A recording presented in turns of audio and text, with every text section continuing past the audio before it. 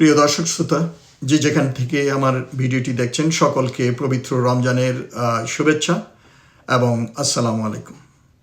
আজকে আমি একটু দৃষ্টিপাত করতে চাই একটি বিষয় নিয়ে, সেটা হচ্ছে পবিত্র রমজানের সময় আমরা বিগত কিছু বছর ধরে আমাদের দেশে দেখে আসছি একটা অপসংস্কৃতি, তা হচ্ছে ইফতার পার্টি, অপচয় আর লোক দেখানো এবাদতের বিষয়ে।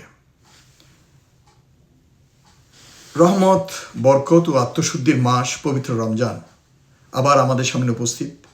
এটি কেবল উপবাসের মাস নয়, এটি আত্মসংযম, বিনয়, তাকওয়া ও আধ্যাত্মিক পুনর্জাগরণের মাস। রমজান আমাদের শেখায় সংযম, সরলতা ও আল্লাভীতি এবং আত্মশুদ্ধি করতে শেখায়। এটি এমন একটি সময় যখন একজন মুমিন দুনিয়াবী ভোগবিলাস কমিয়ে ইবাদত, আত্মসমালোচনা ও মানব সেবায় মনোনিবেশ করে।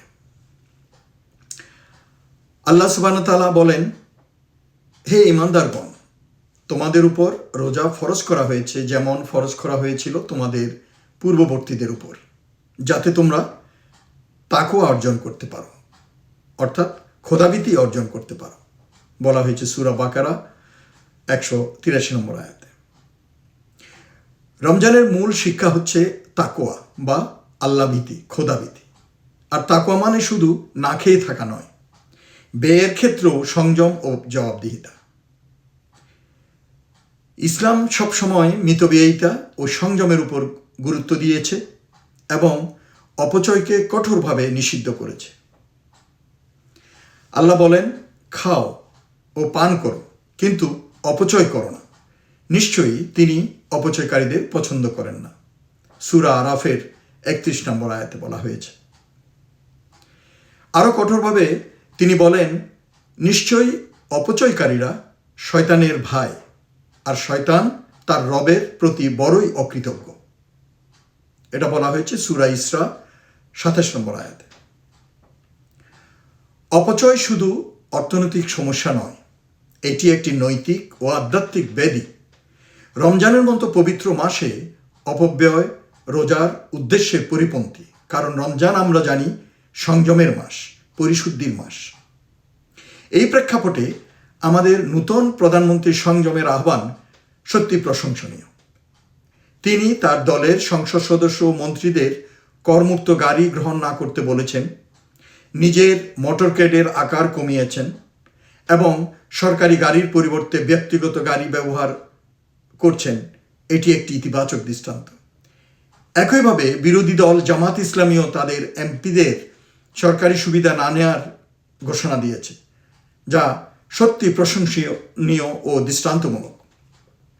রাজনৈতিক মত পার্থক্য থাকলেও সংযম ও জবাবদিহিতার সংস্কৃতি গড়ে তোলা সবার দায়িত্ব।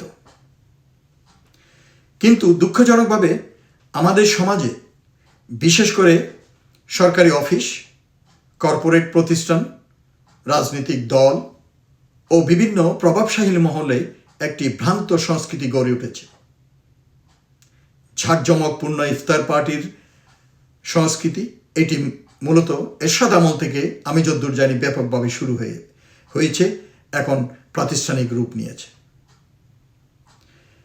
রমজান যা হওয়া উচিত ছিল ইবাদত ও আত্মসমালোচনার সময়, তা অনেক ক্ষেত্রে পরিণত হয় সামাজিক প্রদর্শনী, রাজনৈতিক সমাবেশ ও প্রভাব বিস্তারের আসরে। বিলাসবহুল হোটেল, বহুবিধ খাবার, অপচয়ী আয়োজন, সব মিলিয়ে এটি রোজার প্রকৃত চেতনাকে আড়াল করে ফেলে এবং রোজার যে একটা ভাব গাম্ভীর্য তা নষ্ট করে দেয়।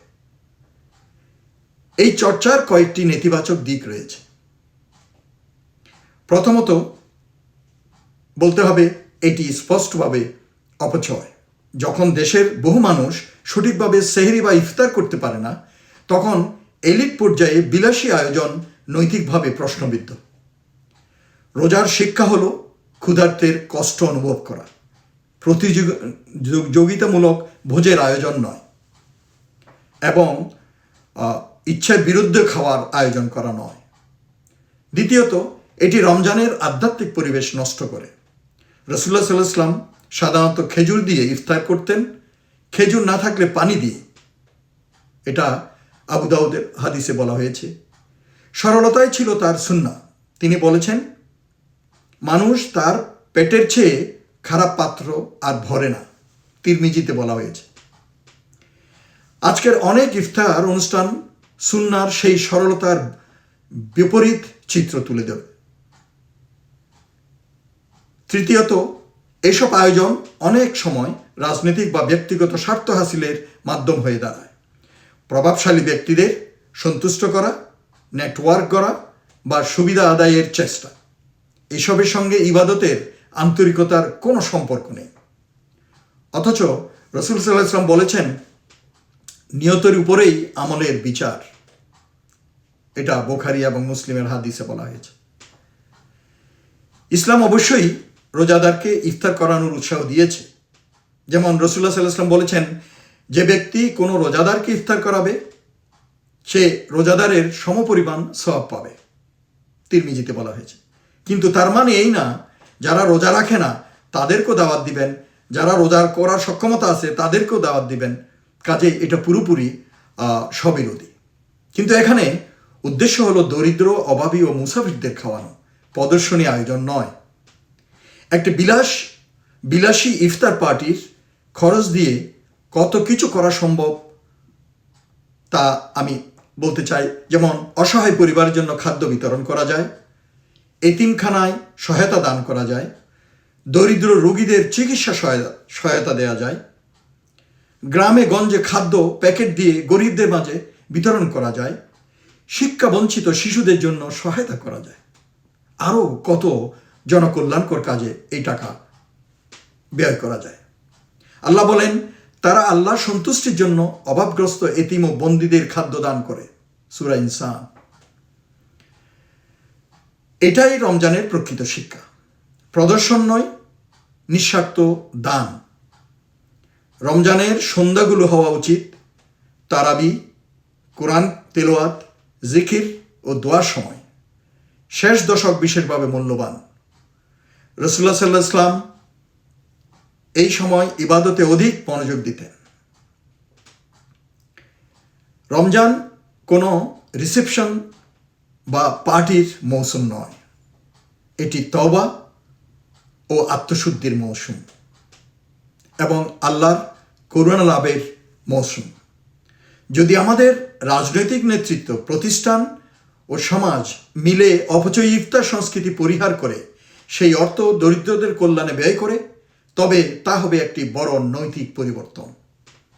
এটি কোরআনের নির্দেশনার সঙ্গে সামঞ্জস্যপূর্ণ হবে এবং রমজানের মর্যাদা রক্ষা করা হবে এবং হতদরিদ্রদের কল্যাণে ওই অর্থ ব্যয় হবে। সংযম দুর্বলতা নয়, এটি চরিত্রের শক্তি। সরলতা পশ্চাৎপদতা নয়, এটি নববী আদর্শ। আর সামাজিক দায়িত্ব কেবল দান নয়, এটি ন্যায়বোধ। আসুন আমরা রমজানকে তার প্রকৃত রূপে ফিরিয়ে আনি। আত্মশুদ্ধি, ইবাদত, সংযম ও মানব সেবার মাস হিসাবে। আল্লাহ আমাদেরকে অপচয় থেকে রক্ষা করুন, আন্তরিকতা দান করুন এবং এই বরকতময় মাসের যথাযথ সম্মান করার তৌফিক দিন। আমিন। আপনারা সকলে ভালো থাকুন। ধন্যবাদ।